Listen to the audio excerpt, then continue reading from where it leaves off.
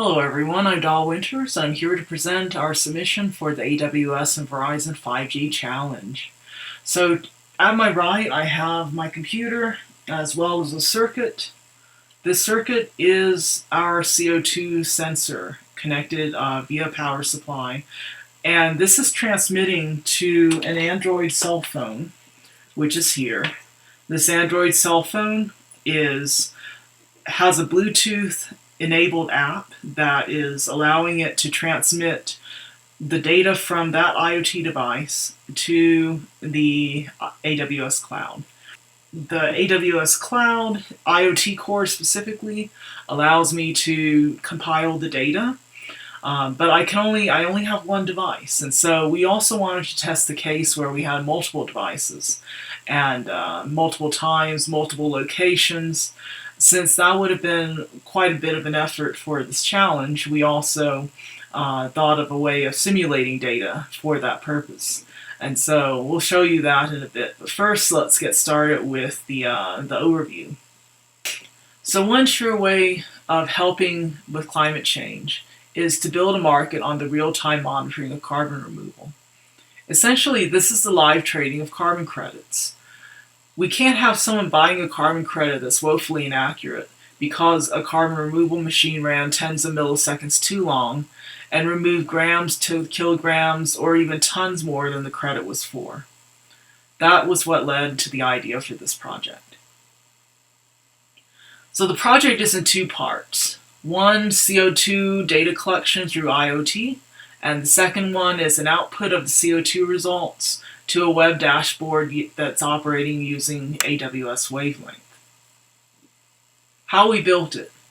We have a collection stage using a Sensirion SED40 sensor with an Adafruit Bluefruit LE Feather M0 connected via Bluetooth to an old Android phone acting as a gateway to AWS IoT Core. So a second stage is the output.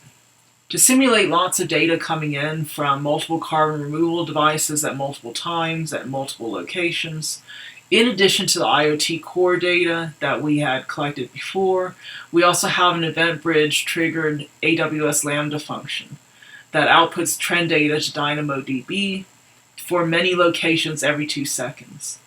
DynamoDB was chosen as our application's data store because of its ultra-fast read and write speeds, consistent with the need for low latency in our application. From there, we launched an instance in the Denver wavelength zone with our web application. We pinged it from a 4G Verizon iPhone in Denver within the zone, and that yielded 20 to 30 millisecond latencies compared to the same phone outside the zone. And I actually had to travel for my husband's dad's 100th birthday, and we went to Wichita, Kansas. So I was able to test both within the Denver wavelength zone as well as outside. And outside the wavelength zone, in Kansas, I figure that was outside the wavelength zone. We had about 80 to 100 millisecond latencies. So I have some screenshots of those that we'll be showing. But that happened to coincide very nicely for this test. So this is our Sensirion SED40. It's on an SED41 evaluation development board.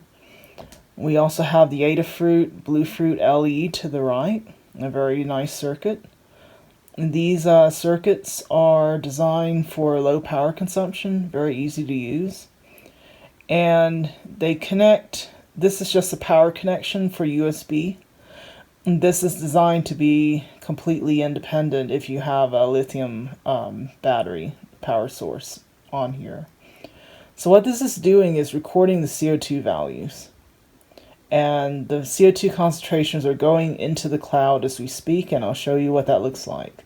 We have a Bluefruit Connect app that has been modified in order to bridge the gap between the IoT device as well as AWS IoT Core. So here we connect to our Adafruit Bluefruit LE.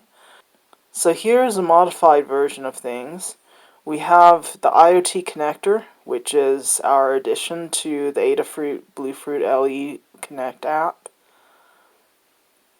we'll click on that, and we have automatically the cyan CO2 sensor available.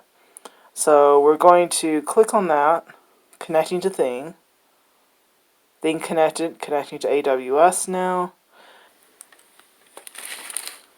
So I have the CO2 sensor, I've just placed it right underneath myself, and I'm going to breathe near it. Actually, I've already started breathing near it, so you can see the points going up. Oh wow, look at that, 10:11. Yeah, I am definitely breathing near 10:23. Yeah, we're going up. Let me take a deep breath. See what the next number is. 11:18. Oh, this is amazing. This is what your indoor carbon dioxide levels are.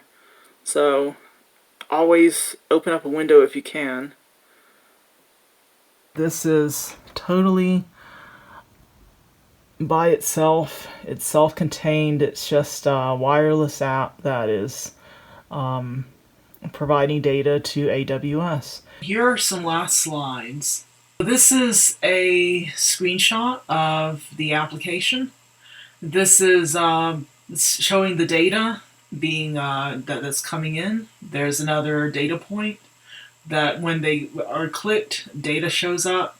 Here's a ping that's doing really well, 20 to 40 milliseconds. And here are some instructions for the CO2 Removal Live website. So really thank you for your time today. This has been a fabulous project to work on, and I hope you're excited as we are for the rest of the project. So thank you.